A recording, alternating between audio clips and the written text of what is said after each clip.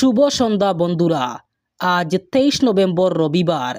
আজকের সন্ধ্যার বিশেষ বিশেষ খবরগুলি হলো: হিন্দু না থাকলে পৃথিবী টিকে থাকবে না, এমনই দাবি করেছেন রাষ্ট্রীয় স্বয়ংসেবক সংঘ অর্থাৎ আরএসএসের প্রধান মোহন ভাগবত। মণিপুর সফরকালে এক সভায় বক্তব্য রাখতে গিয়ে তিনি বলেন, হিন্দু সমাজই বিশ্বের অস্তিত্ব রক্ষার মূল কেন্দ্র এবং এই সভ্যতা অমর। ভাগবত বলেন, বিশ্বের প্রতিটি জাতি নানা পরিস্থিতির মুখোমুখি হয়েছে।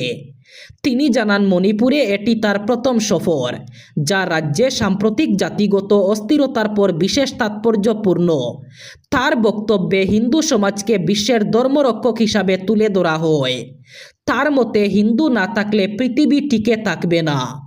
বছর শেষে অথবা নতুন বছরের শুরুতেই আসতে চলেছে খারাপ খবর। আবারও খরচ বাড়তে চলেছে। মোবাইলের রিচার্জ আরও দামি হতে চলেছে।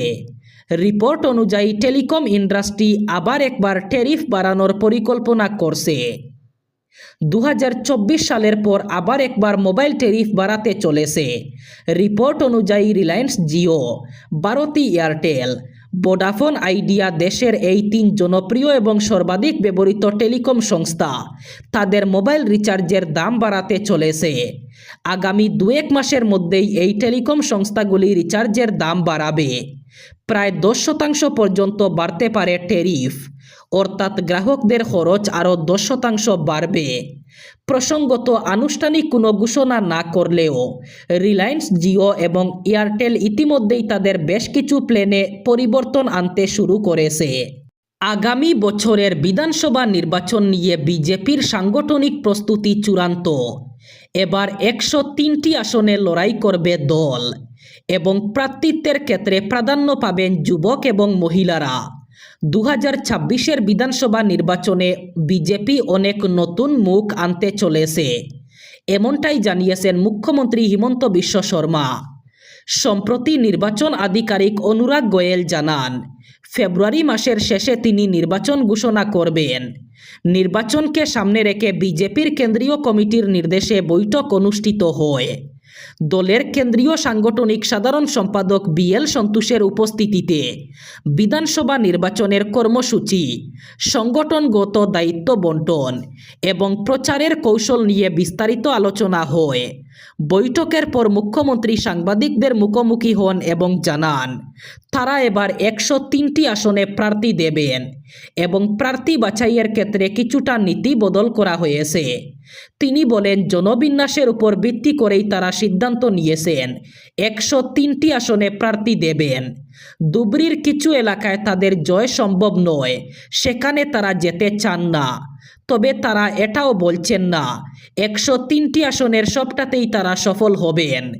এসব এলাকায় অন্তত লড়াই করার মতো জনসংখ্যা রয়েছে তাদের। বোলেরোর ধাক্কায় মৃত্যু ঘটল আরও এক ছাত্রীর। মৃতের সংখ্যা বেড়ে হলো 2। হাজোর সোনিয়াদিতে বোলেরোর ধাক্কায় আরও এক ছাত্রীর মৃত্যু ঘটল। শনিবার সকালে দ্রুত গতিতে আসা একটি বোলেরো গাড়ি 3 জন ছাত্রীর উপর উঠে যায়। টিউশনে যাওয়ার সময় পিছন দিক থেকে গাড়িটি তাদের ধাক্কা দেয় বলে প্রত্যক্ষদর্শীদের অভিযোগ। আদনিন নেহা নামের ছাত্রী ঘটনাস্থলেই মৃত্যু হয়। জ্ঞানজ্যোতি ন্যাশনাল স্কুলের ছাত্রী ছিল সে। আহত হন 2 ছাত্রী হলেন শাহিন আক্তারা এবং নাজমিন আক্তারা। 2 ছাত্রীকে গুরুতর আহত অবস্থায় মেডিকেল কলেজ হাসপাতালে ভর্তি করা হয়। চিকিৎসারত অবস্থায় গতকাল সন্ধ্যায় মৃত্যুর কোলে ঢলে পড়েন নাজনীনও। আগামী বছরের জানুয়ারিতে ইস্ট ওয়েস্ট করিডোরের কাজ শেষ হবে। অটল বিহারী বাজপেয়ীর স্বপ্নের মহাসড়কের কাজ সম্পন্ন হবে। শনিবার শিলচর থেকে হাফলং পর্যন্ত সৌরাষ্ট্র মহাসড়কের কাজের অগ্রগতি সরজমিনে পরিদর্শন করে এই কথা জানান বরাক উপত্যকা উন্নয়ন মন্ত্রী কৌশিক রায়। বালাছড়া থেকে হারাঙ্গাজাওয়ের অংশের কাজ প্রায় সম্পন্ন এবং হারাঙ্গাজাও থেকে নিরিমবাংলো পর্যন্ত আরেক অংশের কাজও প্রায় শেষ। 4 লেন আবার কোথাও 2 লেন থাকবে বলে জানান মন্ত্রী। বরাল ওয়াইল্ডলাইফ এলাকায় 23 কিলোমিটার কাজ শেষ। জাটিঙ্গা হারাঙ্গাজাও অংশের কাজও মার্চ এপ্রিলে শেষ হচ্ছে। তিনি বলেন, এই সড়ক দিয়ে বরাকের মানুষ ভারতের বিভিন্ন প্রান্তের সঙ্গে সহজে যোগাযোগ করতে পারবেন। মসজিদ, মাদ্রাসা, ঈদগাহ সহ ওয়াকফ সম্পত্তির বিবরণ আগামী 6 ডিসেম্বরের মধ্যে কেন্দ্রীয় সরকারের উমিদ পোর্টালে আপলোড করার জন্য কাছাড় জেলার সংশ্লিষ্ট ব্যক্তিদের শিলচর বড় মসজিদ কমিটির পক্ষ থেকে আবেদন জানানো হয়েছে। মসজিদ কমিটির সভাপতি প্রাক্তন বিধায়ক আলহাজ আমিনুল হক লস্কর সমবেত মুসল্লিদের নিজ নিজ এলাকার মসজিদ, মাদ্রাসা, ঈদগাহ এবং ওয়াকফ সম্পত্তি উমিদ পোর্টালে রেজিস্ট্রেশন করার ব্যাপারে জনসচেতনতা চালানোর আহ্বান জানান। আমিনুল জানান, মুসলিম সম্প্রদায়ের ওয়াকফ সম্পত্তির উপর কড়া নজরদারি চালাতে কেন্দ্রীয় সরকার এই উদ্যোগ নিয়েছে। মুসলিম সম্প্রদায়ের ওয়াকফ সম্পত্তি সুরক্ষার জন্য প্রতিটি মসজিদ, মহল্লা এ ব্যাপারে প্রয়োজনীয় নথিগুলি রেজিস্ট্রেশনের ব্যাপারে বিশেষ গুরুত্ব দেওয়ার জন্য আমিনুল আবেদন জানান।